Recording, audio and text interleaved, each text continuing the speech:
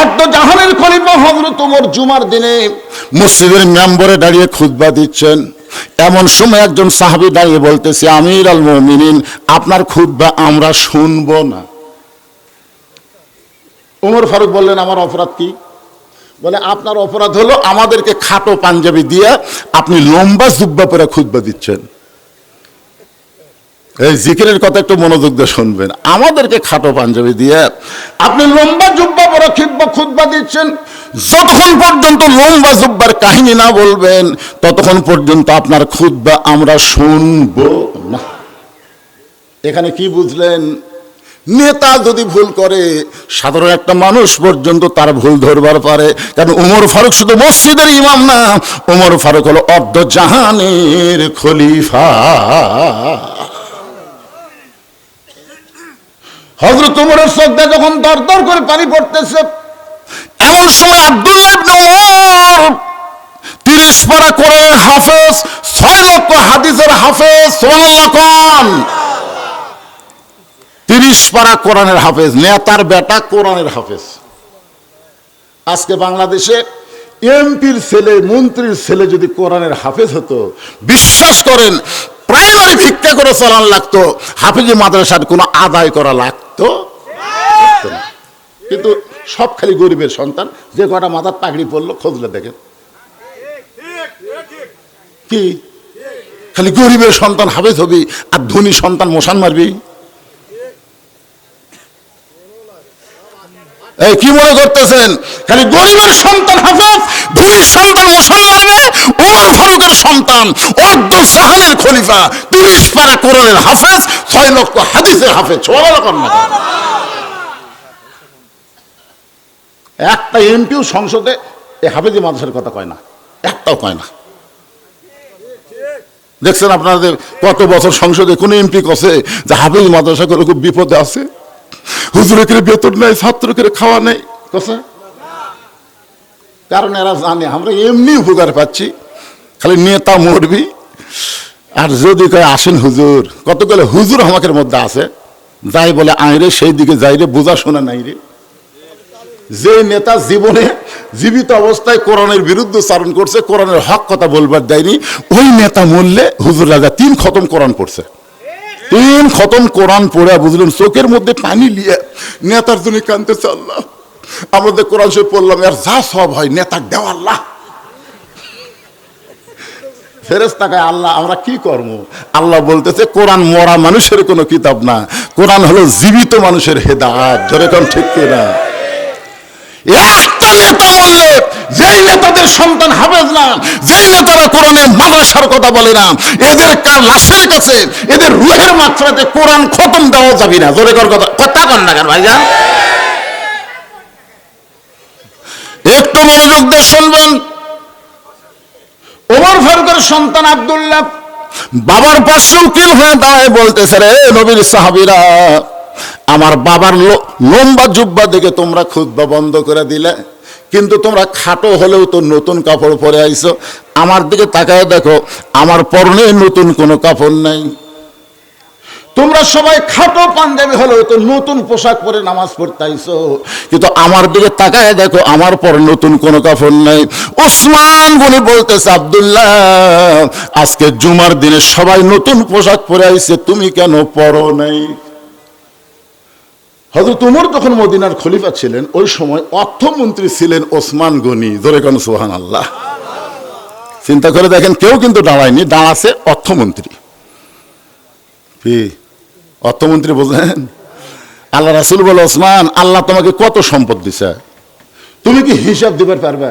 ওসমান গনি বলে, ইয়া রাসূলুল্লাহ যেদিন থেকে জাকাত ফরজ হয়েছে, যেদিন থেকে জাকাত ফরজ হয়েছে, সেদিন সম্পদের হিসাব রাখার দরকার আছে না নাই? প্রতি শতে কয় টাকা? কথা কয় না, হাজারে।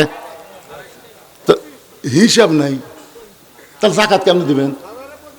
অনেক লোক বলে, হুজুর আমার কত টাকা আছে হিসাবই নাই। তুই বিনা হিসাবে জাহান্নামে যাবি রে। কারণ নামাজ যেরকম ফরজ, স্বাবলম্বী লোকদের জন্য জাকাত দেওয়া সেরকম ফরজ। জোরে কথা কন না কেন? রাসূল বলে, ওসমান আল্লাহ তোমাকে কত সম্পদ দিয়েছে হিসাব জানো? ওসমান গনি বলতেছি, ইয়া রাসূলুল্লাহ একটা হিসাব তো আছে। বলে কি হিসাব? বলে আল্লাহ আমাকে যত সম্পদ দিছে এই সমস্ত সম্পদ যে গুদামের মধ্যে রাখছি, এই গুদামে তালা দিয়ে ওই তালার চাবি টানতে একটা উট হিমশিম খায়। আপনার সুবহানাল্লাহ করলেন না, বুঝবার পারেন না? মানে আল্লাহ আমাকে যে সম্পদ দিয়েছে, এই সম্পদ যে গুদামের মধ্যে রাখি, এই গুদামে তালা দেওয়ার পরে চাবি টানতে, কি টানতে? চাবি টানতে একটা উট হিমশিম খায়। আল্লাহ রাসূল বললেন, ওসমান, এই সম্পদ যদি আল্লাহ আবার ফেরত চাই, তুমি কি দিবা? মারাত্মক প্রশ্ন। লিয়াবলুয়াকুম আইয়ুকুম আহসানু আমালা, তোমাদেরকে পরীক্ষা করা হবে সুন্দর আমলের। ধনীদের কাছে সুন্দর আমল কি? টাকা ব্যাংক থোয়া। সবচাইতে বড় ব্যাংক হলো এই মাদ্রাসা। জোরে কোন কথা ঠিক কিনা? ভালো কাম করতেছে। আল্লাহ কি যে দোয়া আজকে হবি। আল্লাহ নবী ওসমান, আল্লাহ যদি সমস্ত সম্পদ তোমার কাছে ফেরত চাই, তুমি কি দিবা? সঙ্গে সঙ্গে ওসমান গনি মারছে দৌড়। এই কথা শোনার পর ওসমান গনি যখন দৌড় মারলো, সাহাবীরা চিন্তায় পড়ে গেল, এত জোরে দৌড় মারলো কেন রে? কিছুক্ষণ পরে সাহাবীরা তাকায় দেখে, নবী সহ সাহাবীরা দেখতেছে ওসমান গনি ওই চাবি বহনকারী উটটা টানে টানে নবীর কাছে নিয়ে আইছে। যে উটটা চাবি বহন করে, উটটা নবীর কাছে এনে বলতেছে, ইয়া রাসূলুল্লাহ, শুধু গুদাম না, গুদামের সম্পদ না, গুদামের তালা না, ওই তালা চাবি বহনকারী উটটাও পর্যন্ত আমি আল্লাহরে দিয়ে দিলাম। রাসূল চোখের পানি বের করে বলে, মাবুদ, আমি শুধুমাত্র পরীক্ষা করলাম, সেই পরীক্ষায় ওসমান সমস্ত সম্পদ তোমাকে ফেরত দিয়ে দিল, এখন তুমি আল্লাহ ওসমানকে কি দিবা? আল্লাহ বলে, হাবিব রে, ওসমানের ঈমান আমল দেখে আমি আল্লাহ খুশি হইয়া আমার গানি ডিগ্রি আমি ওসমান রে দিয়া দিলাম। সেই দিন থেকে আল্লাহ রাসূল যতদিন মদিনার রাষ্ট্রনায়ক ছিলেন, ওসমান হলো অর্থমন্ত্রী। আবু বকর রাদিয়াল্লাহু যখন মদিনার খলিফা ছিলেন, তখনও ওসমান অর্থমন্ত্রী। উমর ফারুক যখন অর্ধজাহানের খলিফা, তখনও ওসমান অর্থমন্ত্রী। জোরে কোন সুবহানাল্লাহ। মন্ত্রী এত পাল্টান লাগবে না, ভালো মানুষ একটাকে রাখলেই হবে। ওসমান গনি বলে, আব্দুল্লাহ, আজকে খাটো পাঞ্জাবি হলেও সবাই নতুন পোশাক পরাইছে, তুমি পুরাতন পরলা কেন? আব্দুল্লাহ বলতেছে, আমি যদি আজকে নতুন কাপড় পরতাম, তাহলে আমার বাবার জুব্বা লম্বা হতো না। তোমরা কি জানো, যেদিন থেকে আমার বাবা মদিনার খলিফার দায়িত্ব পাইছে, সেদিন থেকে আমার বাবা কোন রাত্রেবেলা ঘুমায় না, সারা রাত মানুষের দুঃখ কষ্ট নিজের চোখে দেখে বেড়ায়। দিনের বেলা দেখলে মানুষ বুঝবার পারবে, এজন্য গোপনে চোরের মতন গভীর রাত্রে ওমর ফারুক মানুষের দুঃখ কষ্ট দেখার জন্য বের হয়েছে। হঠাৎ দেখে একটা পুরুষ মানুষ তাঁবু টাঙ্গানো আছে, তাঁবুর মধ্যে না থাকে, বাইরে খালি ঘুরতেছে, একবার উত্তরে যায়, একবার দক্ষিণে যায়, একবার উত্তরে যায়, একবার দক্ষিণে যায়। ওর হয়তো চিন্তায় পড়ে গেল, এই মরদ মানুষ অস্থির কেন? পুরুষ মানুষ অস্থির কখন হয়? টেনশন। উত্তরে দক্ষিণে যায়, তাঁবু বাইরে ঘুরতেছে। ওমর ফারুক গিয়া লোকটাকে সালাম দিলেন, আসসালামু আলাইকুম ইয়া আব্দুল্লাহ। লোকটা সালামের উত্তর দেয় না। ওমর ফারুক বলেন, আসসালামু আলাইকুম ইয়া আখি। লোকটা সালামের উত্তর দেয় না। ওমর ফারুক বলে, আসসালামু আলাইকুম। লোকটা সালামের উত্তর দেয় না। ওমর ফারুক চিন্তা করলো, ঠসা নাকি রে, তিনবার সালাম দিলাম, উত্তর দেয় না। চতুর্থবার যখন সালাম দেওয়ার জন্য কেবল হাত তুলিছে, মানে এখনো দেয়নি, লোকটা খালি বারবার সালাম দাও মিয়া। ওমর ফারুক চমকে উঠছে, ভাইজান আমি কি ভুল করছি? মারাত্মক ভুল। তুমি বারবার আমাকে সালাম দাও, রহমতের দোয়া করো, কিন্তু আমার উপর গজব চলতেছে, তুমি জানো? সালাম কিসের দোয়া? আল্লাহ রহমত তোমার উপর বর্ষিত হোক, আর আমি গজবের মধ্যে আছি। ওমর ফারুক বলেন, কি গজব ভাই? বলে, গজব হলো আমার বউ গর্ভবতী। তুমি জানো ওমর ফারুক যেদিন থেকে আল্লাহর কোরআন দিয়ে রাষ্ট্র চলায়, সেদিন দিনেও যা রাতেও তাই। যখন সুবহানাল্লাহ, ওই লোকটা হয়তো ওমর বলতেছে, তুমি জানো ওমর ফারুক যেদিন থেকে আল্লাহর কোরআন দিয়ে রাষ্ট্র চলায়, সেদিন থেকে দিনও যা রাতেও তাই। আমি আমার গর্ভবতী বউকে নিয়ে আমি রাতের বেলা বের হয়েছি, আমার অমুক এলাকায় যাব, কিন্তু রাস্তার মাঝখানে এসে প্রসব বেদনা উঠছে, আমি তাঁবু টাঙ্গায়, বউখানি তাঁবুর মধ্যে কাঁদতেছে, আর আমি বাইরে ঘুরতেছি, আর তুমি খালি সালাম মারতেছে। তার মানে ওমর ফারুক বললেন, ভাই ইন্নাল্লাহা মা'আস সাবিরিন, ধৈর্যশীলদের সঙ্গে কে থাকে? একটু ধৈর্য ধরেন, আপনি একটু ধৈর্য ধরেন, আমার কাছে ভালো ধাত্রীর খবর আছে। অর্ধ সাহাবের খলিফা হযরত ওমর বললেন, আপনি একটু ধৈর্য ধরেন, আমার কাছে ভালো ধাত্রীর খবর আছে। এই বলে এক দৌড় মারলেন, এক দৌড় এসে দরজায় ডাক দিলেন আব্দুল্লাহর মা। ওমর ফারুকের ছেলের নাম কি? আব্দুল্লাহর মা। সঙ্গে সঙ্গে দরজা খুলে গেল। ওমর ফারুক চমকে গেলেন, আব্দুল্লাহর মা, আমি না হয় মানুষের দুঃখ কষ্ট দেখার জন্য রাতের বেলা ঘুরে বেড়াই, কিন্তু তুমি দরজা ডাক দাও মাত্র কেমনি খুললাম? আব্দুল্লাহর মা বলে, স্বামী গো, আপনি মানুষের দুঃখ কষ্ট দেখার জন্য রাতের বেলা ঘুরবেন আর আমি বিছনায় ঘুম পারবো, এমন বউ আমি না। তার মানে বোঝা গেল, বউ যদি ভালো হয় নেতা ভালো হবে। বেগম পাড়াত বাড়ি বানাবি না রে, বেগম পাড়াত বাড়ি বানাছে কার জন্যে? এই যে পলক, আমাকে পলক, এই এখন জেলত আছে, আর ওর বউ খালি সেই মজা মারতে পারে, ওর বউ সেই মজা মারতে, এই খালি মারিয়া দিছে, ওই খালি ইচ্ছা মতো। কে পলক, এখন খবর কি? ফান্দে পড়িয়া পলক কান্দে রে। একটু মনোযোগ দিয়ে শুনবেন। অর্ধ জাহানের খলিফা হযরত ওমরের বউ বলতেছে, আপনি মানুষের কষ্ট নিজের চোখে দেখবেন আর আমি আরামের ঘুম পারবো, সেই বউ আমি না।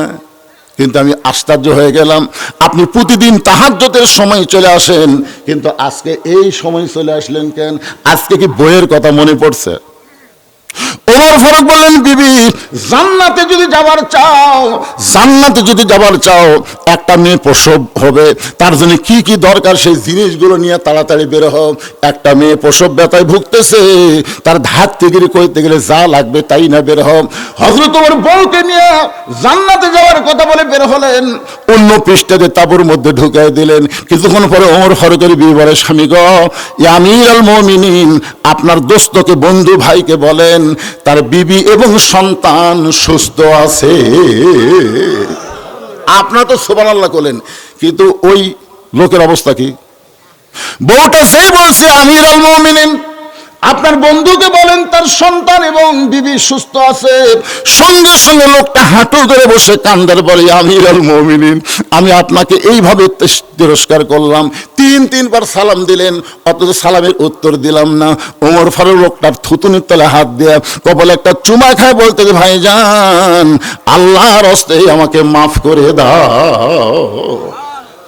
আত্তাকুল্লাহ হাক্কা তুকাতিহি, কোরআনের আইন যখন চালু হবে সেই মানুষটা কেমন মোত্তাকি হবে একটু খেয়াল করেন। আব্দুল্লাহ বলতেছে, নবীর সাহাবীরা রে, সবাই যখন ঘুমিয়ে গেছে, এমন সময় আমার বাবা আমার দরজায় গিয়ে ডাকতেছে, আব্দুল্লাহ আব্দুল্লাহ বলে।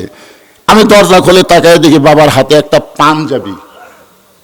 আমি আব্দুল্লাহ হাসি নিয়ে বললাম, বাবা, বাইতুল মাল থেকে আমার একটা পাঞ্জাবি দিছে, আপনি আর একটা দিবে রাখছেন? আসলে নিয়ে তার বেটা হওয়ার মধ্যে লাভ আছে, একটা পাঞ্জাবি আমাকে দিছে, আপনি আর একটা দিবে রাখছেন। ওমর ফারুক বলে, আব্দুল্লাহ, যা বলবি সাবধান হয়ে বলবি।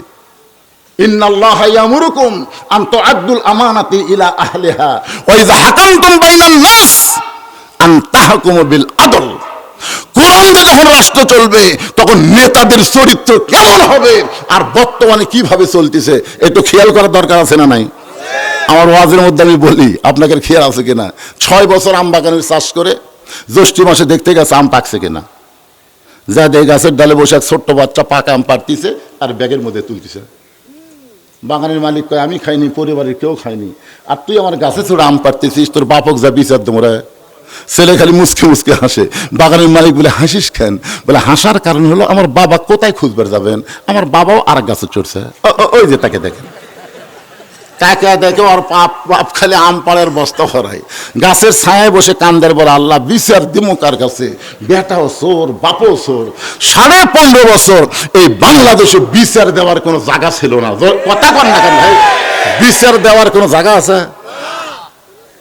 বর্তমানেও আমাকে শ্বাসতলে গল্প মারতেছে, আগে ক্ষমতা ছিল আওয়ামী লীগ, সামনে ক্ষমতা আসতেছে বিএনপি, শ্বাসতলে গল্প হচ্ছে।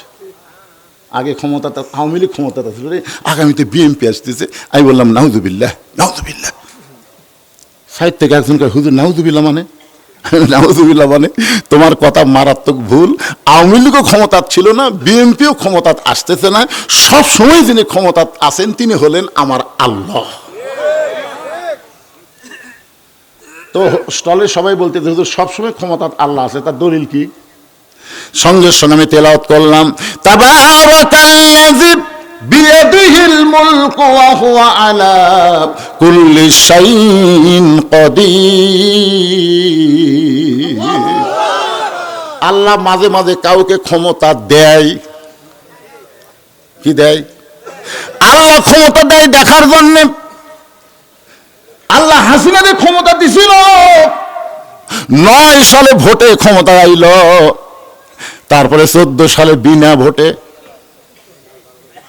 151 জন হওয়া লাগবে, সেটি ভোটই হয়নি, 154 জন। 18 সালে দিনের ভোট রাতে করলো, 22 সালে আবার ড্যামি নির্বাচন করলো। কতগুলা নেতা দেখবেন মঞ্চে উঠতে পারে না, 2 জন হাত ধরে টানে আর 2 জন পাছার ঠেলা মারে। দেখেন এরকম নেতা উঠতে পারে না ভাইরে, 2 জন টানা তোলে আবার 2 জন পাছর ঠেলে। ওই নেতা মাইক পাইয়াই ওর প্রথম কথাই হলো খেলা হবে। খেলবার গেলে মাজাত বল থাকা লাগবে পাগলা। খেলবার গেলে বল থাকার দরকার আছে না নাই? জোরে কোন আছে না নাই? 41 সালের আগে আমাদের নামাইকে এমন শিরকি কথা বলেছে, আবার আল্লাহ তাআলা 24 সালের 5 আগস্টে নামায় দিল। এখান থেকে বিশ্বাস করা লাগবে ক্ষমতার মালিক আওয়ামী লীগ না, ক্ষমতার মালিক বিএনপি না, ক্ষমতার মালিক হলেন আমার আল্লাহ। আগামীতে কাকে আল্লাহ ক্ষমতা দিবে এইটা এখনোই বলা যাবে না, কিন্তু গোটা বাংলাদেশ আপনাদের দোয়ায় ওয়াজ করে এতটুকু পর্যন্ত আমি দেখতেছি। আগের দিন বাঘে খাসে, আগের দিন চলবি না, আগের দিন আর চলবি না। মানুষ অনেক সজাগ হয়ে গেছে ভাই। মানুষ এখন আগে কিছুই জানতো না, আগে কিছুই জানতো না, বুঝলেন? ওই যা শুনতো তাই। এখন হাতে হাতে মোবাইল আছে না নাই? সবই দেখতেছে, কারা কি করতেছে, কার আমল নামা কি, সব দেখতেছে। এই জন্য আগাম কোনো কথা বলা যাবে। একটু মনোযোগ দিয়ে শুনবেন। ওমর ফারুক বিন আব্দুল্লাহ, তুই কেমনে বিশ্বাস করলি একটা পাঞ্জাবি বাইতুল মাল থেকে তোরে দেওয়া হয়েছে, আর একটা দিবে রাইছি বাজান, এই পাঞ্জাবিটা আমার ভাগে পড়েছে। এখন তুই বল রে আব্দুল্লাহ, এই ছোট পাঞ্জাবি পরে আমি যদি খুতবা দেই তাহলে দেখতে কেমন লাগে? মুয়াজ্জিনের মুসল্লির কাপড় যদি ছোট হয়, মুসল্লির পাঞ্জাবি যদি ছোট হয় কোনো সমস্যা নেই, কিন্তু ইমামের ছোট হলে আপনার বুঝতেছেন আমার কথা? একজন আমাকে মোবাইল করে বলতে, হুজুর ইমামের দাড়ি যদি 1 মুষ্টির নিচে হয় তার পাশে কি নামাজ হবে? আমি কইলাম ভাইজান তুমি ইমামের দাড়ি 1 মুষ্টি কেমনে মাপলে? তো হুজুর ইমাম যখন খুতবা দেয় তখন আমি দূর থেকে আন্দাজ করছি, আমার মুখ দেখেছি আর দাড়ি দেখছি, হুজুর আমার মনে হয় 1 মুষ্টির কম হবে। আমি বললাম কে ভাই তোমার দাড়ির খবর কি? আমার নাই। তাই বলে হুজুর থাকা লাগবে না। যেই দেশে মানুষ ইমামের দাড়ি মুঠ দিয়ে মাপে, আর সেই দেশে কেউ যদি দাড়ি চাচা মোট চাচা লোককে বলে জাতীয় ইমাম, এরা মানবি কথা? এরা মানবি? এক মাথার টুপি দিয়ে এক সালাউদ্দিন মুকুট নাই দাড়ি, উনি কয় জাতীয় ইমাম। জাতীয় নেতা বলবার পারো, কিন্তু জাতীয় ইমাম বাংলার জনগণ সবাইকে মানবে না। জাতীয় ইমাম হওয়ার গেলে তার বাহ্যিক কিছু চেহারা লাগবে, যেটা ছাড়া মানুষ কিন্তু ইক্তেদা করবি। কথা কন না, ইক্তেদা করবে। ব্যবহার হচ্ছেন? আসল কথায় হাত পড়লে তো ব্যবহার হবেন। বাজারে গরম ভাতে বিলাই বাজার, গরম ভাত কিন্তু ভালো জিনিস, বিলায়ের চরিত্র না। একটু মনোযোগ শুনবেন। ওমর ফারুক বিন আব্দুল্লাহ, তোর পাঞ্জাবিটা আমাকে দান করে দে বাজান। আব্দুল্লাহ বাবার চোখের পানি থেকে তার নিজের অংশটুকু বাবাকে দান করে দিল। বাবা আব্দুল্লাহর অংশ, নিজের অংশ নিয়ে যখন রওনা দিয়েছে, আব্দুল্লাহ পিছনে পিছনে হাঁটতেছে, বাবা সামনে সামনে। বাবা ঘরের মধ্যে গিয়ে ঘরের দরজা বন্ধ করে দিল। আব্দুল্লাহ জানলা দিয়ে তাকায় দেখে হযরত ওমর ফারুক নিজেই দর্জি হইয়া ছেলের পাঞ্জাবি তার নিজের পাঞ্জাবি একত্র করে লম্বা জুব্বা বানায়া ওই জুব্বা বানায়া আমার বাবা খুতবা দেয়। এখন বলো বাবার খুতবা শোনা যায় কি না যায়? সমস্ত সাহাবীরা চিল্লায় বলে আল্লাহর কোরআন দিয়ে যখন রাষ্ট্র চলবে এমন মুত্তাকি নেতা মুসলমানেরা দেখতে পাবে। ইযা নুদিয়া লিস-সালাতি মিন ইয়াউমিল জুমআ ফাসাউ ইলা যিকরিল্লাহ। আচ্ছা, আর একটা আয়াত কই তো দেখেন এখানে জিকির মানে কি? ইয়া আইয়ুহাল্লাযীনা আমানু উযকুরুল্লাহা যিকরান কাসীরা ওয়া সাব্বিহুহু বুকরাতাও ওয়া আসিলা। আচ্ছা, এই আয়াতে জিকির মানে কি? আর শোনা লাগবে তো, খালি জিকির জিকির হাইরে জিকির। আমার দয়াল বাবার দরবারেতে কেউ ফিরে না খালি হাতে। ইল্লা ইল্লা ইল্লা কি এই মাস্তানে যে বৈশাখে শেষ বেশক ধরে কি হয়? এই জিকির করবার দেওয়া যাবে? আজকে একটু মনোযোগ দিয়ে শোনেন। এরপর আল্লাহ বললেন ইয়া আইয়ুহাল্লাযীনা আমানুস্তাঈনু বিস-সাবরি ওয়াস-সালাহ ইন্নাল্লাহা মা'আস সাবিরিন। এখানে আল্লাহ বলতেছেন যারা আমাকে বিশ্বাস স্থাপন করেছো, একটু মনোযোগ দেন। জিকির শব্দের কথা বলতেছি। খুবই চেষ্টা করছে কোরআন শরীফ বন্ধ করে দেওয়ার জন্য, কিন্তু রাসূলের কোরআন বন্ধ করবার ওরা পারেনি। তখন মক্কার কাফেররা চিন্তা করলো যেভাবেই হোক যার উপর কোরআন নাযিল হয়েছে তাকে দুনিয়া থেকে শেষ করে দেওয়া লাগবে। আল্লাহ নবীর ঘর ওরা 27 জন, কোন কিতাবে লেখছে 27 জন, লাঠি সোঁটা যা আছে। ফাযকুরুনি আযকুরকুম ওয়াশকুরুলি ওয়ালা তাকফুরুন। আল্লাহু আকবার সবাই পারবে না তো। 11 সালে যখন প্রথম হজ করবার গেলাম, আমার সাথে একজন ভাই ছিল। ওই জামরায় পাথর মারার সময় শয়তান পাথর মারা লাগে। কি মারা লাগে? ওই শয়তানকে পাথর মারার সময় এক ঠ্যাঙের উপর ভর দিয়ে সে হারে মারতেছে।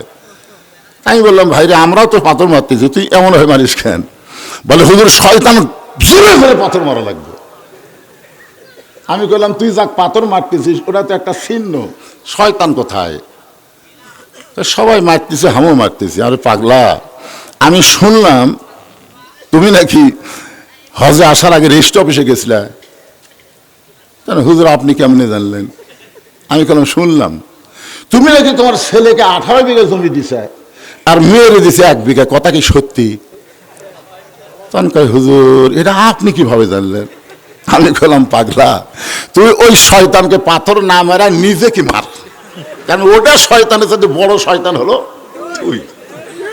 আজকে যাদের ভিতরে শয়তান বসবাস করে তারা আল্লাহু আকবার বলতে পারবে না। ধরে কোন কথা ঠিক কি না? ভিতরেই শয়তান আছে, ওর মুখ দিয়ে আল্লাহু আকবার কিভাবে বার হয়? শয়তানকে তাড়ানোর 1 নম্বর মন্ত্রের নাম কি? আরো জোরে বলেন। যত জোরে আল্লাহু আকবার বলবেন তত জোরে শয়তান পালায়ে যাবে। রাসূল বলেছেন আল্লাহু আকবার যদি খুবই জোরে হয় শয়তান পালানোর সময় ওর পিছন দিক দিয়ে বাতাস বাড়াবি। জোরে কোন কি বাড়াবি? বাতাস। দেখি শয়তান তাড়ানোর মন্ত্র আপনি কতদূর পারেন, একটু ট্রাই করি তো। লিল্লাহি তাকবীর। মাশাআল্লাহ, পারে না বলে।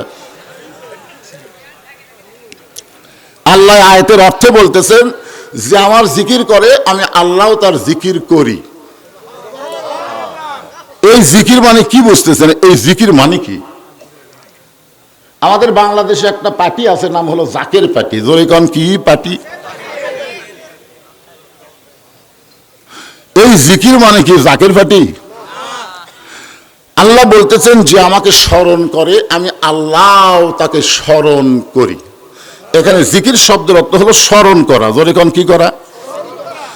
আল্লাহর একজন মস্ত বড় নবী ছিলেন, নাম হলো নূহ নবী। খুব খেয়াল করে শুনবেন, নাম কি নবী?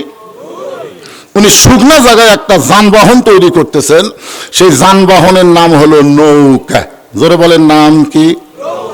আরো জোরে, জোরসে বলুন। আগামী নির্বাচনে নৌকার কোনো মিছিল হবে না, এই জন্য আমি করে দিলাম। অসুবিধা আছে?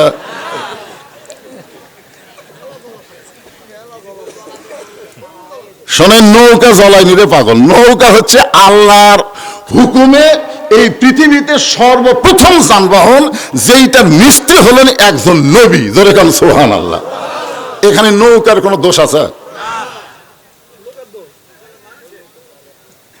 হ্যাঁ। তো এখন নূহ নবী যখন নৌকা তৈরি করতেছেন, ওই সময় একটা বুড়ি মানুষ, ধরে কোন কি মানুষ, বুড়ি মানুষ লাঠিতে ভর দিয়ে এসে বলে, বাবা নূহ, এই শুকনা জায়গায় নৌকা বানানোর কারণ কি? নূহ বলতেছেন, বুড়িমা, বন্যা নামক একটা গজব আসবে, এই গজবে গোটা পৃথিবী ধ্বংস হবে, কেবলমাত্র নৌকার মধ্যে যারা জায়গা পাবে তারা ধ্বংস হবে না। কি গজব আসবে? বন্যা নামক একটা গজব আসবে, এই গজবে গোটা পৃথিবী ধ্বংস হয়ে যাবে, কেবলমাত্র নৌকার মধ্যে যারা ধ্বংস হবে না তারা। বুড়ি বলতেছে, বাবা নূহ, এই সামান্য একটা নৌকায় কি সবাই জায়গা হবে? কারণ ধ্বংসের কারণে সবাই তো নৌকায় উঠতে পারছে, জায়গা কি হবে? নূহ বললেন, বুড়িমা, ইমানদার বান্দা বান্দি যারা একমাত্র নৌকার মধ্যে জায়গা পাবে তারা, ইমানদার বান্দা বান্দি যারা একমাত্র নৌকার মধ্যে জায়গা পাবে তারা। সঙ্গে সঙ্গে বুড়ি বললেন, বাবা নূহ, আমিও নৌকার মধ্যে জায়গা পাবার চাই। নূহ বললেন, তাহলে পড়েন, লা ইলাহা ইল্লাল্লাহু নূহ নবিয়ুল্লাহ। আফজালু জিকির, সমস্ত জিকিরের মধ্যে শ্রেষ্ঠ জিকির হচ্ছে লা ইলাহা ইল্লাল্লাহ। আপনারা এটা বলতে সমস্যা আছে? তাহলে সবাই বলেন, লা ইলাহা ইল্লাল্লাহু নূহ নবিয়ুল্লাহ। নূহ বললেন, বুড়িমা, আপনার আর কোনো টেনশন নাই, আপনার আর কোনো টেনশন নাই। বন্যা নামক গজব যখন শুরু হবে, আমি তখন আপনাকে হাত ধরে নৌকায় উঠায় নেব। সঙ্গে সঙ্গে বুড়ি বললেন, আলহামদুলিল্লাহ। আসলে কি বলা লাগতো?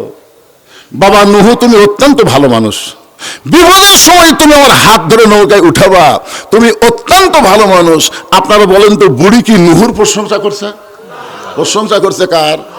তাহলে বোঝা গেল, ঈমান গ্রহণ করার পরে কোন মানুষের প্রশংসা করা যাবে না, একমাত্র প্রশংসা করা লাগবে কার? আশকুরুলি ওয়ালা তাকফুরুন। আল্লাহ ছাড়া কোন নেতার প্রশংসা করতেছেন? অমুকের প্রশংসা, আয় আয়, উনি যদি না দিত মাদ্রাসা বন্ধ হতো। উনি দিচ্ছে না ভাই রে, ওনার মাধ্যমে আল্লাহ দেওয়াচ্ছে। কথা কন না কেন? কথা বলেন। আমরা শাস্ত্রে প্রশংসা কার করি? আল্লাহর করি। এই যে হাসান হাবিব বসে আছে, ইনি যদি না দিত মাদ্রাসাটা বন্ধ হয়ে যেত রে। উনি দিচ্ছেন না, ওনাকে দেওয়াচ্ছেন। ওর মতো বহু কোটিপতি এই বাংলাদেশে আছে, সবাই দেন না। আল্লাহ কাউকে কাউকে দিয়ে দেওয়াই। জোরে কথা কন না কেন? একটু মনোযোগ শুনবেন। বন্যা গজব শুরু হয়ে গেল, গোটা পৃথিবী পানির তলে থাকলো 40 দিন। এমনকি সবচাইতে উঁচু পাহাড় হিমালয় পর্বত, ওই পাহাড়টাও পর্যন্ত 40 দিন পানির তলে ডুবে থাকলো। কয়দিন? 40 দিন, মানে এক চিল্লা। কয় চিল্লা? বাপ খালি চিল্লা চিল্লি করে, ওই মনের দুঃখে রাস্তার ঘরে। কি হয়েছে? বাড়িতে এক বুড়া আছে, বাড়ি খালি চিল্লাই। তখন একজন বলতেছে, চিল্লা চিল্লি যদি বন্ধ করবার চাও, চিল্লাত পেটে দাও। আল্লাহ বলেছেন, ওয়াকাযা রাব্বুকা আল্লা তা'বুদু ইল্লা ইয়াহু ওয়া বিল ওয়ালিদাইনি ইহসানা। বাপ মা যদি বাঁচা থাকে, তুমি যতই নামাজ পড়ো, হজ করো, যাকাত দাও, দান করো, বাপ মার মনে কষ্ট দিলে একটা কিছুই আল্লাহর দরবারে কবুল হবে না। জোরে কোন কথা ঠিক না? তাহলে চিল্লা চিল্লি বন্ধ করার জন্য চিল্লা পাঠাবেন, ও পাঠানো লাগবে। আমার এলাকার এক লোক চিল্লা দিয়ে আসে, আমি আজান দিবার পারি পারে। আচ্ছা দেন। ওই মাইক শুরু করছে, আল্লাহু আকবার, আল্লাহু আকবার। একজন বলে, কি ব্যাপার, আল্লাহ বাদ আব্বা কেন? আমার দাঁত নেই। যখন সিল্লাত যাওয়া লাগবে সেটা কি বুড়া বয়সে? এই যখন বুড়া বয়সে সব কথাই জিকিরের মধ্যে আছে, খালি একটু মনোযোগ দিয়ে শোনা লাগবে। রাজি আছেন তো? নূহ নবীর নৌকা একসময় পানি কমে গেল, 40 দিন পর যদি পর্বতে ভেঙে গেছে। আল্লাহ ডাকতে পারে, নূহ নৌকার খবর কি? নূহ বলতেছে, নৌকার মধ্যে যারা জীবিত আছে তারা, নৌকার বাইরে যারা ধ্বংস হয়েছে তারা। আল্লাহ বলে, নূহ ওই বুড়িটার খবর কি? নূহ বললেন, আল্লাহ আমার মনই নেই। কি নাই? চিন্তা করে দেখেন, বিপদ পড়লে একটা নবী যদি ভুলে যায়, কতগুলা পীর ধরছে, পীর। হুজুর আমার কোনো টেনশন নেই, হুজুর আমার পীর আছে, পীর। নূহ বললেন, আল্লাহ আমার মনই নেই। আল্লাহ বলে, নূহ তাহলে বুড়িটার খবর কি? নূহ বলতেছে, সবাই যখন ধ্বংস হয়ে গেছে ওই বুড়িটাও ধ্বংস হয়ে গেছে। আল্লাহ বলে, নূহ আজগবি কোনো কথা বলা যাবে না, কথা বলার আগে তদন্ত করে কথা বলা লাগবে। ইন্নাল্লাহা ইয়ামুরুকুম আন তুআদ্দুল আমানাতি ইলা আহলিহা ওয়া ইযা হাকামতুম বাইনান নাস আন তাহকুমু বিল আদল। আল্লাহু আকবার। কি হাসিনার তদন্ত? হাসিনার তদন্ত সবচাইতে বড় আলেমকে বিনা দোষে 13 বছর জেলখানায় বন্দি করে রাখছে, অন্যায়ভাবে হাসপাতাল নিয়ে গিয়ে তাকে হত্যা করেছে। জোরে কান কথা ঠিক কি? বাংলাদেশের যুবকদের বুঝাইছে যুদ্ধ অপরাধী, নারী নির্যাতনকারী, অথচ 50 বছর কোরআনের তাফসীর করেছে। বাংলাদেশের সমস্ত বক্তার হক কথা আর আল্লামা সাইদি হুজুরের হক কথা দুই পাল্লায় দেওয়া হয়, সমস্ত বক্তার চাইতে সাইদি হুজুরের কথার ওজন বেশি হবে। জোরে কার কথা ঠিক না? আর ওই মানুষটাকে তদন্তের নামে অন্যায়ভাবে বাংলাদেশের জেলখানায় বন্দি রাখছিল। কথা কোন ঠিক কিনা? কথা বলেন। আজগুবি কোনো কথা বলা যাবে না ভাই। বৈদেশিক এত টেকালে কি করে? চাষটালে গল্প পারবি? আজগুবি কথা না। টাকা যারা দিবেন 2-1 দিন মাঝে মধ্যে আমার এলাকার যাবেন, আপনাকে ওয়াজ করে টাকা নিয়ে আমি কি করি? নিজের চোখে দেখে আসবেন। নিজের চোখে দেখার দরকার আছে না নাই? আজগুবি কোনো কথা বলা যাবে? একজন নবীকে আল্লাহ বলতেছেন, নূহ আজগুবি কোনো কথা বলো না, কথা বলতে গিয়ে তদন্ত করে কথা বলো। নূহ নবী তদন্ত করতে গিয়ে দেখে বুড়ি তো দূরের কথা, বুড়ির ঝুবড়ি বাড়ি পর্যন্ত কিছুই হয়নি। নূহ আল্লাহ, যে বন্যায় গোটা পৃথিবী ধ্বংস হয়ে গেল, আর সেই বন্যায় একটা সাধারণ ঝুবড়ি বাড়ি, এই ঝুবড়ি বাড়িটাও কিছু হলো না। সঙ্গে সঙ্গে নূহ ডাক দিলেন, বুড়ি মা। বুড়ি টোপলা নিয়ে হাজির। কি নিয়ে হাজির? নূহ বলতেছে, বুড়ি মা টোপলা কেন? বলে সাইজ হয়ে আছি, সাইজ হয়ে আছি। কারণ তুমি আমারে ডাক দিবা আর আমি বের হতে দেরি করব, এটা তো চলবে না, আমি সাইজ হয়ে আছি। আল্লাহ বলেছেন, ইয়া আইয়ুহাল্লাযীনা আমানুত্তাকুল্লাহা হাক্কা তুকাতিহি ওয়া লা তামুতুন্না ইল্লা ওয়া আনতুম মুসলিমুন।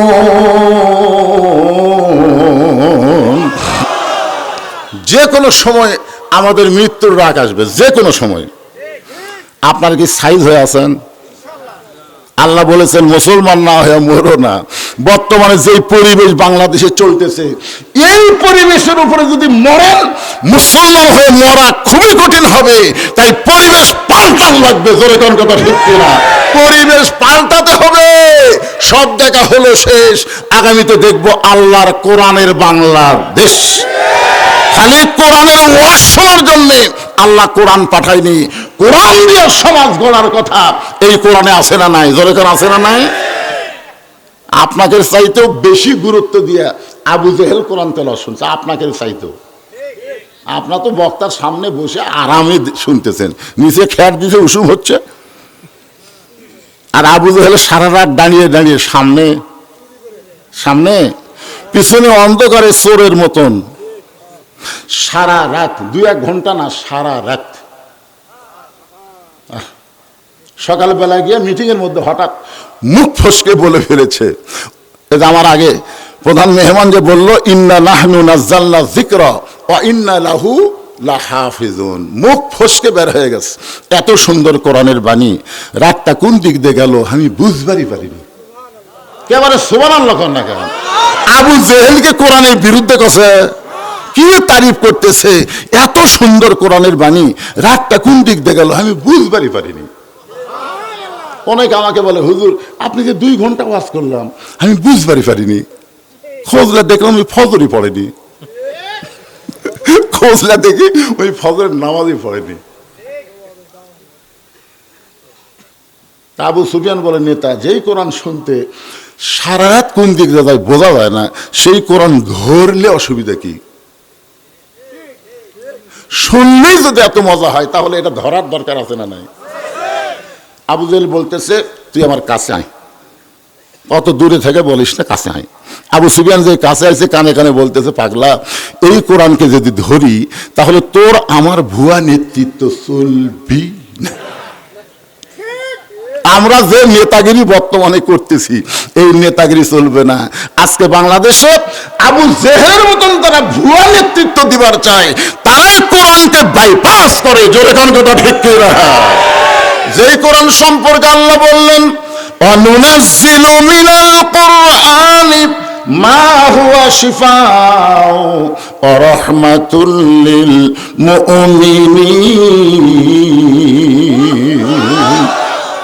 এর বাংলা স্লোগান হলো, আমি যে বলবো সব সমস্যার সমাধান, আপনারা বলবেন দিতে পারে আল কোরআন। বলতে পারবেন? সব সমস্যার সমাধান আল কোরআনের আলো। কোরআন হাদিস যেখানে, দুনিয়ার মুসলমান লিল্লাহি তাকবীর। বিশ্বাস করেন আমার ঘড়িতে বাজতেছে 10:30, আর আপনাকে চেহারা দেখে মনে হচ্ছে কেবল রাত 8টা। কারোর মধ্যে ক্লান্তি নাই, ঝিমানি নাই, খালি তাজা তাজা ভাব। কারণ কি? এই কোরআনকে আল্লাহ শুধু শোনার জন্য বক্তা ওয়াজ করবে আর সারা রাত বসে বসে শুনবেন, এই জন্য আল্লাহ কোরআন দেয় নাই। কে বাবা উঠলেন কে? আচ্ছা আচ্ছা ঠিক আছে, না বয়স হবে তো, বয়স হলে সাইটে বসবেন। ধরে রাখা কঠিন, তাই না? কোনো কঠিন না। আপনি রাত্রে যখন বিছানায় ঘুমাতে যান, আপনি কি পেশাব লিয়ে যান না পেশাব করে যান? কেন যান? কারণ ঘুমের দাম আছে। এই পেশাবের কারণে আমার ঘুমের ক্ষতি হোক এটা আমি চাই না। এক টানা 6 ঘন্টা ঘুম পারবো, পেশাব করে তারপরে বিছানায় যাবো। তো আপনি ঘুমের দাম বুঝলেন, আল্লাহর কোরআনের দাম বুঝলেন না। আপনি নিয়ত করবেন পেশাব করে ওযু করে বসমো, এক টানা 6 ঘন্টা শুনবো। মানে আমি একলা না, সন্ধ্যা থেকে রাত 12টা পর্যন্ত কয় ঘন্টা হয়? কথা কয় না, 6 ঘন্টা শুনবো। আমি একলা 6 ঘন্টা কমো।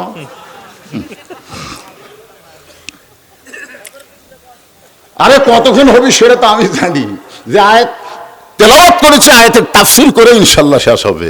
আয়াত আর একবার বলেন, ফাযকুরুনি আযকুরকুম ওয়াশকুরুলি ওয়ালা তাকফুরুন। 2 নম্বর আয়াত হলো, ইয়া আইয়ুহাল্লাযীনা আমানু ইসতাঈনু বিস-সাবরি ওয়াস-সালাহ ইন্নাল্লাহা মা'আস-সাবিরিন। ধৈর্যশীলদের সঙ্গে কে আছে? মাশাআল্লাহ। এখন আসেন যে কথা বলতেছিলাম, নূহ বললেন, বুড়িমা বন্যা নামক গজব শেষ। বন্যা নামক গজব শেষ হয়ে গেছে, গোটা পৃথিবী ধ্বংস হয়ে গেছে, অথচ আপনার ঝুপড়ি বাড়ি কিছু হয় নাই, আপনারও কিছুই হলো না। সঙ্গে সঙ্গে মুচকি মুচকি বুড়ি হাসে। নূহ বলে, বুড়িমা হাসেন কেন? বলে, তুমি যখন আমাকে হাত ধরে নৌকায় উঠাবার চাইছিলে তখন আমার ঈমান বলেছে দুনিয়ার সবাই সবাইকে ভুলতে পারে, কিন্তু আমার আল্লাহ কোনোদিন কাউরে ভুলবে না। তাহলে জিকির নবীর হবি না আল্লাহর হবি? এই যে কবি নজরুল একটা ভুল লিখছিল, নবী নাম জপে যেজন, নবী নাম জপে যেজন, সেই তো দোজাহানের ধনী। নবী মোর পরশমণি, নবী মোর সোনার খনি, নবী নাম জপে যেজন হবে না, এখানে বলা লাগবে নবী নাম ভাবে যেজন, নবী নাম ভাবে যেজন, সেই তো দোজাহানের ধনী। একটা মানুষ যদি সারা জীবন নবী নবী নবী নবী নবী জিকির করে, তার আমল নামায় একটা সওয়াব আল্লাহ দিবে না। আর একবার যদি আল্লাহ জিকির করেন, জিকিরটা যদি কবুল হয়, 8টা জান্নাতের দরজা আল্লাহ খুলে দেয়। তাহলে জিকির হবে কার? আরো জোরে মাশাআল্লাহ।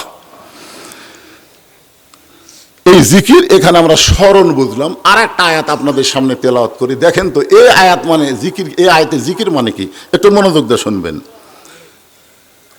ইযা নুদিয়া লিস-সালাতি মিন ইয়াউমিল জুমআ ফাসআউ ইলা যিকরিল্লাহ।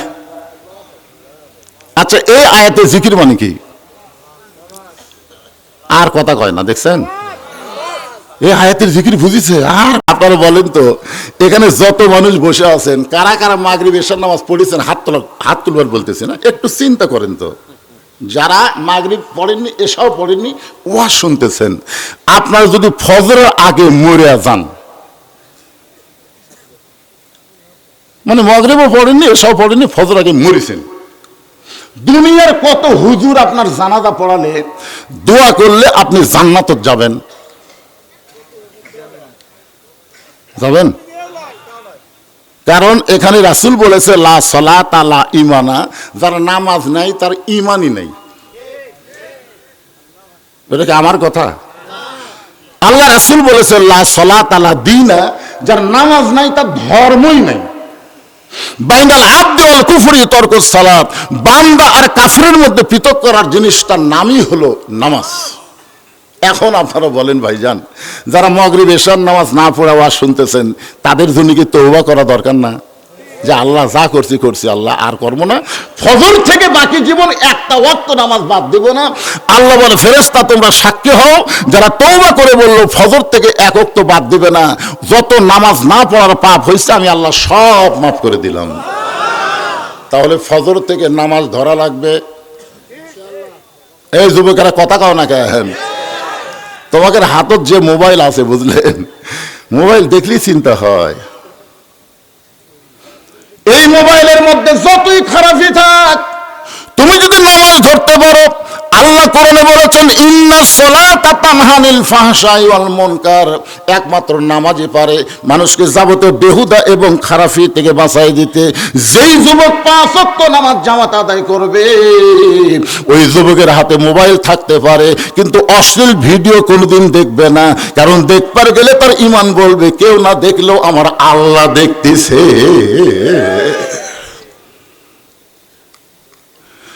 এখানে আল্লাহ তাআলা একেবারে ডাইরেক্ট বলেছেন ইজা নুদিয়া লিস-সালাতি মিন ইয়াউমিল জুমআহ। এই খুব খেয়াল করবেন, জুমআ মানে কোন নামাজ? তো সেটা কোন না কেন? একেবারে সবাই জবান খুলে বলেন কোন নামাজ? আরো জোরে। আচ্ছা, জুমার নামাজে কখন আসা লাগবে সেই কথা কি এই আয়াতের মধ্যে আছে? নাই। ফাস আও শব্দের অর্থ কি? ফাস আও মানে কি? আজান শুনে লাইক তেল দিয়ে ধীরে ধীরে হাঁটা, এত জোরে হাঁটা লাগবে দেহ যেন বুঝবার পায় মরদ হাঁটতেছে। আর্মিরা যেমন রাস্তা হাঁটে, ওরা কি চৌকিদারের মতন হাঁটে? আজান শোনার পরে, জুমার আজান শোনার পরে এইভাবে মসজিদ দিকে আসা লাগবে। আপনারা বলেন তো, জুমার দিনে আপনারা মসজিদে কি আগে আসেন না পরে আসেন? খুব খেয়াল করে শোনেন, জিকিরের ওয়াজ হচ্ছে আজান শোনার প্রথম 3 মিনিটের মধ্যে যারা মসজিদের মধ্যে ঢুকবে, আল্লাহ তাদের আমল নামায় একটা উট কুরবানি সব দিবে। বাংলাদেশের বহু ধনী মানুষ হজ করে, কিন্তু মক্কা যায় উট কুরবানি দেয় না, কারণ উটের টাকার কথা খেয়াল করলে ছাগল দেওয়াই ভালো। আর আপনি যে অবস্থায় থাকেন না কেন 3 মিনিটের মধ্যে মসজিদে পা দিলে একটা উট কুরবানি সব পাবেন, 5 মিনিটের মধ্যে মসজিদে পা দিলে একটা গরু কুরবানি সব পাবেন, 10 মিনিটের মধ্যে যারা মসজিদে পা দেবে একটা ছাগল কুরবানি সব পাবে। যখন ইমাম সাহেব খুতবা দিবে এমন সময় তারা কেউ যদি মসজিদে পা দেয় তাকে আল্লাহ সওয়াব দিবি, তবে কুরবানির হবি না, মুরগি অথবা ডিম দানের সব পাবে। তা আপনারা কোনটার মধ্যে আছেন, উট না ডিম? কার মধ্যে? উটের মধ্যে আগামী জুম্মা থেকে কারা কারা থাকবেন আল্লাহকে একটু হাত দেখান তো দেখি। আল্লাহ তুমি দেখো, আল্লাহ হাত নামান, হাত নামান। হাত তো তালত তুললেন, এখন কি যে করবেন ভাই। জুমার দিনে ইমাম সাহেব শুধু নামাজ পড়ায় না, নামাজের আগে একটা খুতবা দেয়। জোরে কোন কি দেয়? আপনারা বলেন তো এই খুতবার গুরুত্ব কেমন? তার উম্মতকে ভুলে যাবে, শুধু বলবে আল্লাহ আমার কি হবে, আমার কি হবে। একমাত্র দরদি নবী শফাতের কান্ডারি ইয়া রব্বি হাবলি উম্মতি বলে সেজদায় পড়ে যাবে। সেই কঠিন মুসিবতের সময় আজকের এই মাহফিলকে ওসিলা করে আমাদের সবাইকে রাসূলের উম্মতের কাতারে আল্লাহ কবুল করে নিও। সুবহান রাব্বিকা রাব্বিল ইজ্জাতি আম্মা ইয়াসিফুন ওয়া সালামুন আলাল মুরসালিন ওয়ালহামদুলিল্লাহি রাব্বিল আলামিন। লা ইলাহা ইল্লাল্লাহ।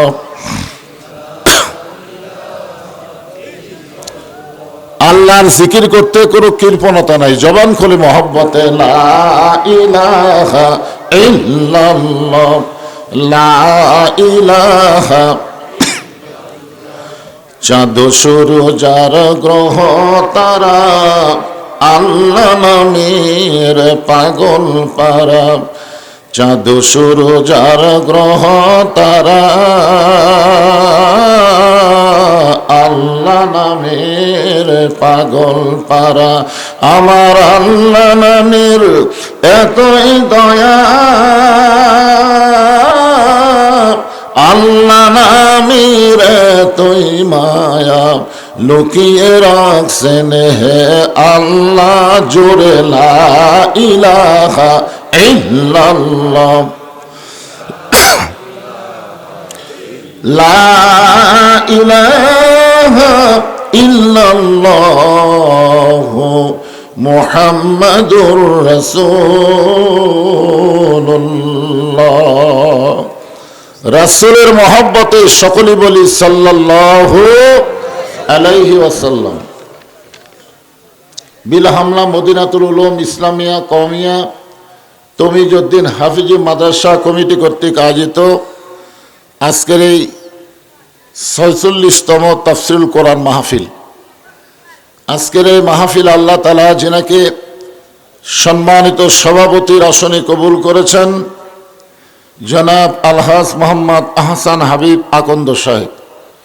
আজকের এই মাহফিলের সম্মানিত সভাপতিকে অন্তরের অন্তঃস্থল থেকে আমি শুভেচ্ছা জ্ঞাপন করছি এবং দোয়া করছি এরকম দানবীরকে আল্লাহ তাআলা হায়াতে দাইবা সাফায়ে কুল্লিয়া দান করুন, সকল বলে আমিন। এরকম দানবীর বেঁচে থাকার দরকার আছে না নাই? আজকের এই মাহফিলের সম্মানিত প্রধান মেহমান হযরত মাওলানা মোহাম্মদ শহীদুল ইসলাম সাহেব। আজকের এই মাহফিলের বিশেষ মেহমান হযরত মাওলানা মুফতি আতাউল্লাহ নিজামী সাহেব। আজকের এই মাহফিলের বিশেষ অতিথি জনাব মোহাম্মদ আবুল কালাম আজাদ, জনাব মোহাম্মদ রজিবউদ্দিন সাহেব। আজকের এই মাহফিলের সম্মানিত ওলামায়ে কেরাম, আপনাদের মাঝে মাঝে যে সমস্ত আলেম ওলামা বসে আছেন, মঞ্চে আছেন, মাগরিবের নামাজের পর থেকে ধারাবাহিকভাবে এত রাত পর্যন্ত যিনারা তাফসীর করে আলোচনা করে আপনাদের শোনালেন, আলেম ওলামা সহ আজকের মাহফিলের বক্তাগণকে অন্তরের অন্তঃস্থল থেকে আমি শুভেচ্ছা জ্ঞাপন করছি। এই মুহূর্তে আমার সামনে যারা বসে আছেন, অনেকে এখনো দাঁড়িয়েও আছেন, বসার জায়গা আছে তো বসেন। শীতের রাত, কঠিন শীত, ঠিক না? এই শীতের রাতে আরামের বাড়ি, আরামের ঘুমকে বাদ দিয়ে আল্লাহ রাসূলের মহাব্বত কলিজার মধ্যে ধারণ করে এই জান্নাতের বাগানে যেনারা বসে আছেন, আমি আমার অন্তরের অন্তঃস্থল থেকে আপনাদের সবাইকে শুভেচ্ছা জ্ঞাপন করছি। সম্মানিত মা বোনেরা, পর্দার অন্তরালে বসে বসে যারা আলোচনা শুনতেছেন তাদেরকে শ্রদ্ধা জ্ঞাপন করে এই মুহূর্তে জানতে চাচ্ছি আপনারা সকলে কেমন আছেন? আলহামদুলিল্লাহ রাব্বিল আলামিন। জি আলহামদুলিল্লাহ। যে আল্লাহ শারীরিক সুস্থতা, মানসিক প্রশান্তি দান করে আজকের এই জান্নাতের বাগানে কবুল করলেন, আমরা সে আল্লাহর উপরে খুশি না বেজার? তাহলে জবান খুলে সমস্বরে সকলে বলবো রব্বানা লাকাল হামদ হামদান কাসীরান তাইয়িবান মুবারাকান ফীহি। আমরা এমন একজন আল্লাহ পাইছি যে আল্লাহ নিজেই বলেছেন আল্লাহু লা ইলাহা ইল্লা হুয়াল হাইয়ুল কাইয়ুম। এমন একজন আল্লাহ পেয়েছি যে আল্লাহ সদা বিরাজমান। জোরে কান সুবহানাল্লাহ। এ আল্লাহ পাওয়া হলো ভাগ্যের ব্যাপার। কিসের ব্যাপার? এই ভাগ্যটা দিলেন কে? আরো জোরে বলেন। আল্লাহ ইচ্ছা করলে আমাদের হিন্দুর ঘরে, বৌদ্ধর ঘরে, খ্রিস্টানদের ঘরেও পাঠাবার পারতেন, পারতেন না? আমরা বাধা দিতে পারতাম, কিন্তু ওই সকল ঘরে না পাঠায় আল্লাহ সরাসরি দুনিয়ার জগতে আমাদের মুসলমানের ঘরে কবুল করে। এটাই প্রমাণ হলো আল্লাহ আমাদের উপরে খুশি আছেন। সুবহানাল্লাহ বলেন। এখন আপনাদের কাছে আমি জানতে চাই, আমরা যে আল্লাহ পাইছি সে আল্লাহ কি পক্ষ না নিরপেক্ষ? নিরপেক্ষ। অনেকে বলে হুজুর এমন ওয়াজ করবেন কারো পক্ষে যেন না যায়, আবার কারো বিপক্ষেও যেন না যায়। কি যে ভেজাল! আল্লাহ যেখানে নিরপেক্ষ না, সেখানে বক্তা নিরপেক্ষ কেমনে হবে? যেখানে আল্লাহ নিজেই বলতেছেন অমাইয়াবতাগি গায়রাল ইসলামা দীনান ফালাই ইউকবালা মিনহু। এই আয়াতের দ্বারা বোঝা গেল আল্লাহ অন্য কোন জাতের পক্ষ না, আল্লাহ হলো মুসলমানের পক্ষে। ধরে কোন কথা ঠিক কি না? এটা কি আমার বাপের কথা? কার কথা? যেই কোরআনে আল্লাহ বলেছেন ইন্নাদ দীনা ইনদাল্লাহিল ইসলাম, আল্লাহর কাছে মনোনীত জীবন বিধানের নাম হলো ইসলাম। শুধু মনোনীত ধর্ম বললে হবে না, জীবন বিধান। ইসলাম কোন ধর্মের নাম না, ইসলাম হলো একটা জীবন ব্যবস্থার নাম। ধরে কোন কথা ঠিক না? ইসলামের মধ্যে সব আছে না নাই? হ্যাঁ, অন্য ধর্মের মধ্যে সবকিছু নাই, কিন্তু ইসলামের মধ্যে আল্লাহ সব দিয়ে দিছে। এই জন্য ধর্ম সম্পর্কে প্রশ্ন করা হবে না, প্রশ্ন করা হবে অমা দীনুকা, তোমার দিন কি? এখানে আল্লাহ কি বলতেছেন? অমাইয়াবতাগি গায়রাল ইসলামা দীনান। আবার ইন্নাদ দীনা ইনদাল্লাহিল ইসলাম। এই দুই আয়াতের মধ্যে আমরা কি পেলাম? ধর্ম পেলাম না দিন পেলাম? কথা বলা লাগবে, দিন। এখান থেকে প্রমাণ হয়ে গেল আল্লাহ আমাদের পক্ষে। সুবহানাল্লাহ বলেন। শুধু দুনিয়ার জগতেই যে আল্লাহ আমাদের পক্ষে তা কিন্তু না, আমরা যে আর একটা জগতে ছিলাম, সেই জগৎকে বলা হয় রুহের জগৎ। ওই জগতেও আল্লাহ আমাদের পক্ষে। আল্লাহ যদি পক্ষে না হতেন, দুনিয়ার জগতে আমাদের মুসলমানের ঘরে কবুল করতেন না। সর্বসাকুল্যের জগৎ হলো কয়টা? তিনটা। আমার আঙ্গুলের দিকে তাকান, ধরে কোন কয়টা? এক জগতে ছিলাম, এক জগতে আছি, আর এক জগতে যাচ্ছি। যাব না, যাচ্ছি। যাব ওটা ভবিষ্যৎকাল। আমরা প্রত্যেক ধাপে ধাপে, প্রত্যেক কদমে কদমে আমরা কিন্তু ওই জগতের দিকে অগ্রসর হচ্ছি। জোরে কোন কথা ঠিক কিনা? আপনারা কি মনে করেন বুড়িগঞ্জ বাজারে বিল হামলা মাদ্রাসা যাচ্ছেন, এখান থেকে আবার বাড়ি যাবেন? তা নয়। প্রত্যেকটা কদমে কদমে আমাদের হায়াতকে অতিক্রম করে আমরা আখেরাতের জগতের দিকে রওনা দিয়েছি। জোরে কোন কথা ঠিক কিনা? তাহলে এখানে আপনারা মানে নেন এক জগতে ছিলাম, এটা ঠিক মনে আছে? নাই মনে আছে কে কয়রা? তাল হতে একেবারে তাল মিলালে হবে না, বুঝে শুনে কথা বলা লাগবে। রুহের জগতে আমরা ছিলাম এটা ঠিক, আমরা বিশ্বাস করি, কিন্তু মনে নাই, ঠিক কিনা বলেন? বর্তমানে দুনিয়ার জগতে আমরা আছি, কি কন? আর একটা জগতে আমরা যাচ্ছি, এই জগৎকে আপনারা বিশ্বাস করেন? ওই জগতে বিশ্বাস করলে দুনিয়া থেকে অন্যায় কাজ করতে পারবে না, কারণ যাওয়ার কোনো তারিখ নাই। জোরে কন কি নাই? এই দুইজন করে কি এই ছোট ছোট বাচ্চাদের আপনার সাইজ করে কোলের মধ্যে লিখে রাখবেন। হ্যাঁ, খুব খেয়াল করেন। তাহলে কি বুঝলাম? আমরা কবে যাচ্ছি তার কোনো তারিখ আছে নাকি? তারিখ থাকলে ভালো হতো না, তারিখ থাকলে সাইজ হয়ে যাবার পারতাম, এখন ঠিক কিনা? কিন্তু তারিখ না থাকার কারণে তো খুবই খারাপ অবস্থা।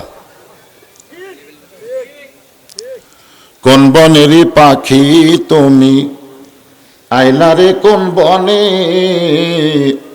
আবার কোন বনেতে যাইতে হবে পড়ছে নাকি মনে। আমরা আল্লাহর প্রশংসা বেশি বেশি করব, না চাইতে আমরা পাইছি। সুবহানাল্লাহ বলেন। আপনারা বলেন তো, না চাইতে আমরা কি পাইছি? ভাগ্য বলে এমন একজন নবী পাইছি, যে নবী জান্নাতে যাবে না যতক্ষণ আমরা জান্নাতি না হব। সুবহানাল্লাহ জোরে কন। আদম আলাইহিস সালাম থেকে ঈসা পর্যন্ত এরকম গ্যারান্টি নাই, কিন্তু আমাদের নবীর ব্যাপারে গ্যারান্টি দেওয়া হয়েছে। রাসূল বলেছেন, আমার উম্মাতিনারা যদি সারা জীবন পাপ করে, সারা জীবন যদি পাপ করে আর মৃত্যুর সময় ঈমান নিয়ে যদি মরবার পারে, আমি রাসূল ওয়াদা দিয়ে দিলাম তাকে সঙ্গে না নিয়ে আমি জান্নাতে যাব না। এই জন্য একটা গান আছে, আছেন আমার মুক্তার, আছেন আমার বারিস্টার, শেষ বিচারের হাইকোর্টেতে তিনি আমায় করবেন পার, আমি পাপী তিনি জামিনদার। আল্লাহ যখন হাকিম হয়ে আমাদেরকে আসামি বানায় বিচার শুরু করবেন, ওই সময় আমাদের নবী আমাদের পক্ষে আল্লাহর কাছে ওকালতি করে আমাদেরকে সুপারিশ করে জান্নাতে পৌঁছে দিবেন। সবাই সুবহানাল্লাহ বললেন নাকি? নিজের নেকি নিয়ে মশান মারতেছেন? কোন নবীরাও পর্যন্ত জান্নাতে যাওয়ার পারবে না যদি আল্লাহর নবী সুপারিশ না করে। সুবহানাল্লাহ বলেন না কেন? আর আমরা তো থুতি নাই, কি ভাবতেছেন? সেই নবী সম্পর্কে আল্লাহ বললেন, লাকাদ কানা লাকুম ফি রাসূলিল্লাহি উসওয়াতুন হাসানাহ মা আতাকুম রাসূলু ফাখুযুহু ওয়া মা নাহাকুম আনহু ফান্তাহু। বুঝতে পারলেন নাকি? যে বলবো আমার নেতা তোমার নেতা, সবাই করলেন না। সারাদিন এক নেতার বছরে ঘোরেন, মাঝে মাঝে স্লোগান মারেন আমার ফুলের মতন পবিত্র, খুঁজলে দেখেন নামাজ পড়ে না এক ওয়াক্ত। এই সকল নেতার পিছনে ঘুরে ঘুরে জীবন তো শেষ করলেন। আজকে একটা ডাঁটের স্লোগান দিবেন, আমি যেইব আমার নেতা তোমার নেতা, সকলে বলবেন বিশ্ব নবী মুস্তাফা আমার নেতা তোমার নেতা, বিশ্ব নবীর চরিত্র ফুলের মতো না, ফুলের চাইতেও। চরিত্রের সার্টিফিকেট কে দিয়েছে? আমাদের নবীর চরিত্রের সার্টিফিকেট স্বয়ং আল্লাহ দিয়েছেন। ওয়া ইন্নাকা লাআলা খুলুকিন আযীম। আল্লাহ ৯৯টা নামের মধ্যে আজিম একটা নাম আছে, আছে না নাই? সেই মহামণ্ডিত নামটা আমাদের নবীর চরিত্রের মধ্যে আল্লাহ ঢুকায় দিয়ে, যার তার পিছনে যাওয়া যাবে না, বিশ্ব নবীর আদর্শকেই গ্রহণ করা লাগবে। ধরে কোন ঠিক কিনা? এখন আসেন আমরা যে কোরআন থেকে আলোচনা শুনবো, এই কোরআন নিয়ে আজকের প্রধান মেহমান অল্প সময় হলেও কিন্তু খুব গুরুত্বপূর্ণ কথা বললেন, ঠিক কিনা বলেন? আসলে কার ভিতরে কোন নিয়ামত আছে আমরা কি জানি? দেখবেন একটা বক্তা 10 ঘন্টা ওয়াজ করা যা করলো, একজন ব্যক্তি 5 মিনিট তার সাথে দামি কথা বলে দিল। আপনার কি শুনবার আছেন? বুঝলেন? আমার এই শ্বশুর এলাকা, এটা কিন্তু আমার শ্বশুর এলাকা। আমার এক সময় আমি অনেক ওয়াজ করছি, কিন্তু পরে দেখলাম এই এলাকার শ্রোতারা হলো আলগা শ্রোতা। যখন কি শ্রোতা? আলগা। ওয়াজ যদি সাটে তাহলে ডাবে, না সাটলে চলে যায়। এই আলগা শ্রোতার চরিত্র হলো এরা বক্তার আকর্ষণে আসে, এরা আল্লাহর কোরআনের আকর্ষণে আসে না। আপনারা কি কন? বক্তার আকর্ষণে যদি সারা জীবন ওয়াজ শোনেন, হেদায়েতের কোনো গ্যারান্টি। কিন্তু আল্লাহর কোরআনের ওয়াজ শুনলে আল্লাহ বলেছেন জালিকাল কিতাবুল লা রাইবা ফি হুদাল লিল মুত্তাকিন, এই কোরআন থেকে হেদায়েত পাওয়া যাবে। আকর্ষণ তৈরি করতে হবে বক্তা না কোরআন। আপনাদের এলাকায় আলগা শ্রোতা বেশি। পরের দিন চাষটলে গল্প করবে, এই বুড়িগঞ্জ এলাকায় যতগুলো মাহফিল হলো কোন বক্তার ওয়াজ ছাড়ছে, চাষটলে গল্প করবে। আমি তো এগুলো জানি রে ভাই, জানার কারণে এলাকা থেকে বহু দাওয়াত আমার কাছে যায়, আমি শরমে নেই না এই আলগা শ্রোতার কারণে। যখন কি শ্রোতা? আর একদল হলো ডাবা শ্রোতা। ডাবা শ্রোতার চরিত্র হলো এরা বক্তার আকর্ষণে আসে না, এরা আসে আল্লাহর কোরআনের আকর্ষণে। কোরআন থেকে সুন্দর সুন্দর কথা হবে, এরা পাগলের মতন বসা বসা শুনবেই।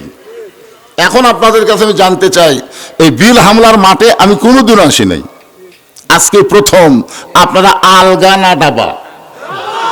আরো জোরে জোরসে বলুন। কারা কারা আলগা শ্রোতাদের হাত তোলেন। বুঝবার পারে না, এমনি উঠছে এটা আর কি। না না নাই নাই, ওটা এমনি হঠাৎ উঠছে। গোটা বাংলাদেশ ওয়াজ করার পরে আমরা জানি শতকরা 90% মুসলমান। বাংলাদেশের শতকরা কত ভাগ মুসলমান? আপনারা বলেন তো, আসল মুসলমান কত ভাগ জানেন না? আমাদের মুসলমানের মধ্যেও দুইটা দল আছে। ধরে কোন কয় দল? এক দল হলো তালের মুসলমান, এক দল হলো জাতের মুসলমান। তালের মুসলমানের চরিত্র হলো যাই বলে আইরে সেই দিকে যাইরে, বোঝা শোনা নাই রে। এখন আল্লাহ ডাকে না শয়তান ডাকে, এদিকে খেয়াল নাই, ডাকলেই দৌড়াই। এরকম কিছু তালের মুসলমান আছে। সামনে নির্বাচন আসতেছে, এরা তালে তাল বাজাবে, কিন্তু ভোট দেওয়া লাগবে কাকে এইটা খেয়ালই করবি না। আমার ভোট আমি দিব, যাকে খুশি তাকে দিব, এটা হলো স্বৈরাচারী শয়তানি কথা। ভোটটা এরকম বলতে হবে, আমার ভোট আমি দিব, বুঝা শোনা ভালো মানুষকে দিব। মার্কার উপর ভোট হবে না, ভোট হবে ভালো মানুষ দেখে। জোরে কোন কথা ঠিক কিনা? আর একটা হলো জাতের মুসলমান। জোরে বলেন কি মুসলমান? কেউ ডাকলেই সেদিকে যায় না, আগে দেখে ডাকটা ঠিক আছে কিনা। আজকে আপনাদের আমার সামনে যারা বসে আছেন, আমি বিশ্বাস করি ডাবা যদি শ্রোতা হন, আপনারাই জাতের মুসলমান। সুবহানাল্লাহ বলেন। এখন এই কোরআন শরীফ থেকে আমি তেলাওয়াত করেছি,